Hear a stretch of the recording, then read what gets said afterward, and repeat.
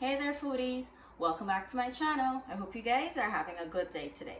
So today I'm going to be making some fresh, authentic Guyanese green seasoning. Everything in the garden and upstairs has grown enough where I can pick from it and get a good portion of green seasoning.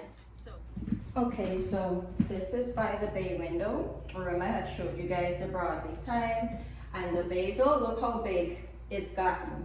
So I'm just gonna pick the excess off for the basil and trim it down because it's a little too overgrown right now.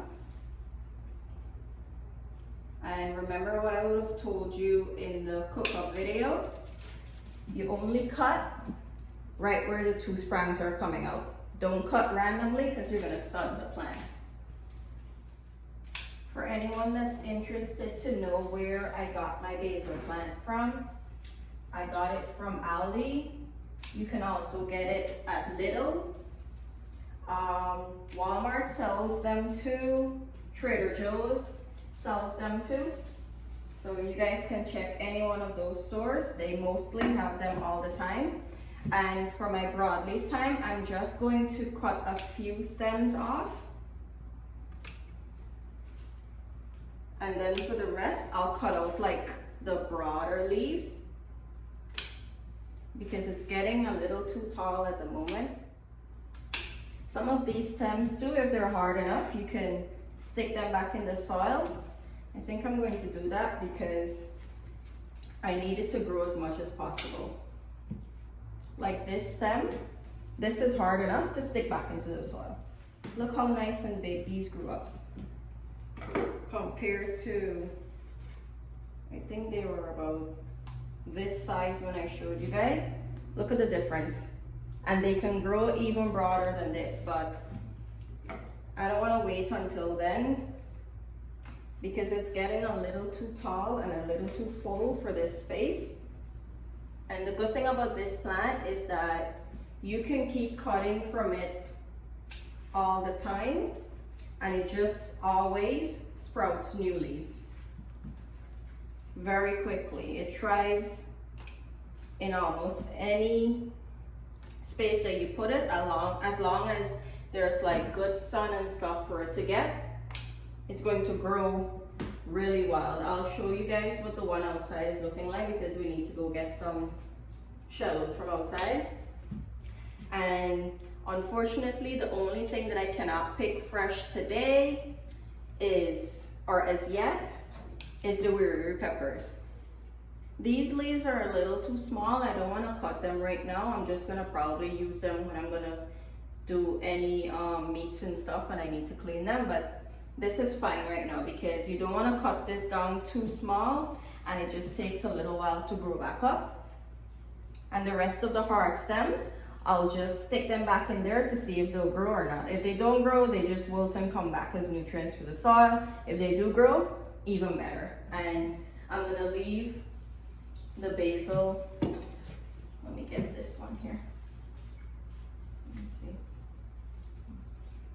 No, I'm gonna leave it. It has like a big leaf on it. I'll take that off. Look how much more bigger they grew. These are really big compared to like the smaller ones that are right here. This one on here. I think this is good right now. I just need to put some water on them because it's been very hot for the past few days. And you can see the leaves are kind of falling a little bit because it needs some water. So this is everything that I got from just these two small plants that I have on the inside. The bottom is filled with the basil and the top is filled with all of the broadleaf thyme. You guys will see a little better when I'm gonna wash it. But now we're gonna head outside and start picking the shallots out. So this is what the shallot is looking like. It looks decent. We picked out a lot, but you can see a lot of them broke because the rain was falling last night. And I need some celery, but look, see how much more the broadleaf thyme grew up out here, and the leaves are even much more broader. Like look at this one. This one's really big, and This is all that the celery grew so far, but I'll just take a few little pieces because I don't want to cut out too much. And then we'll head inside and we'll start blending up, washing and blending up everything. I'm finished picking everything. Here, I just need to go through, pick the leaves off of the stems and give it a good rinse, because you don't want to have any sand or dirt or so on it, right? So I'll go through these, give them a good rinse, and I'll gather everything else and we'll blend up the seasoning. Okay, so I'm done washing everything that I picked from outside and upstairs. My shallot, the broadleaf thyme, a couple pieces of celery, the man or basil, and in here I have some onions, some frozen garlic. Yes, I don't like to peel garlic, so I just buy the frozen garlic instead. I have some pieces of ginger and some Wiri peppers, mostly green, and some red. I usually put the green ones in my green seasoning because I'm not going to put them in my food. It doesn't have as much heat, so I just put it in here. Now, here I have my blender, and yes, I know you guys might probably say, oh, she's blending milk products in the same blender that you're blending green seasoning, and you know sometimes the scent and the taste can hold on to the blender. Not this one. This is the Ninja blender. This is the only one that I've ever owned where I can blend green seasoning, and it for some reason does not hold on this plastic. I just need to give it a good wash, and that's it. It never ever, like, if okay, I blend the green seasoning and then I'm about to make some custard, and then you taste the custard and you kind of get hints of this. No way. If you guys never had one of these, at some point in time, if you can invest in one of this, it's a little bit pricey, about an average of $100 just for this blender, but it's really good, really powerful. Okay, so first I like to add in my garlic.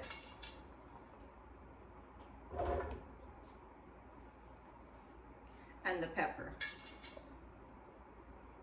Okay, so I have all of my garlic and my pepper in here. I'm just gonna add a little bit of water.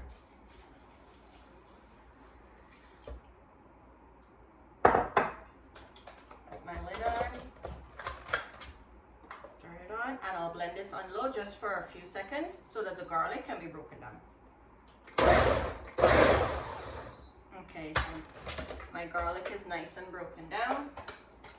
I'll add my onions. I just need to give them a couple slices because I don't want to put this as big as a whole onion inside there. I can, but I don't want to. Also, I know that I do have a green seasoning recipe on my channel already.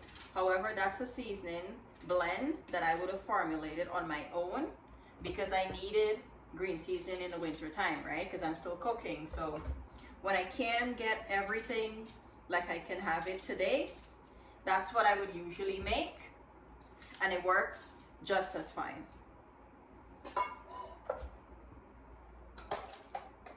this on, give it a couple pulses.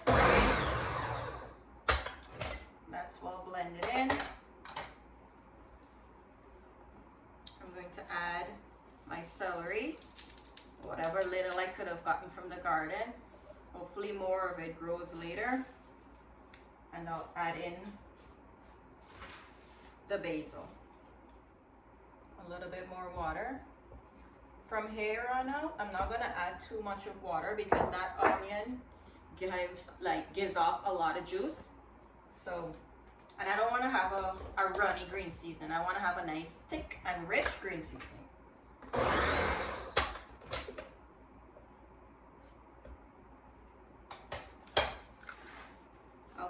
Shallot. Now, I don't like to use a lot of shallot in my green seasoning because it gives off like a, I don't know if this has ever happened to anyone, it gives off like a slime because in these stems here there's like a little slime in it when water catches it.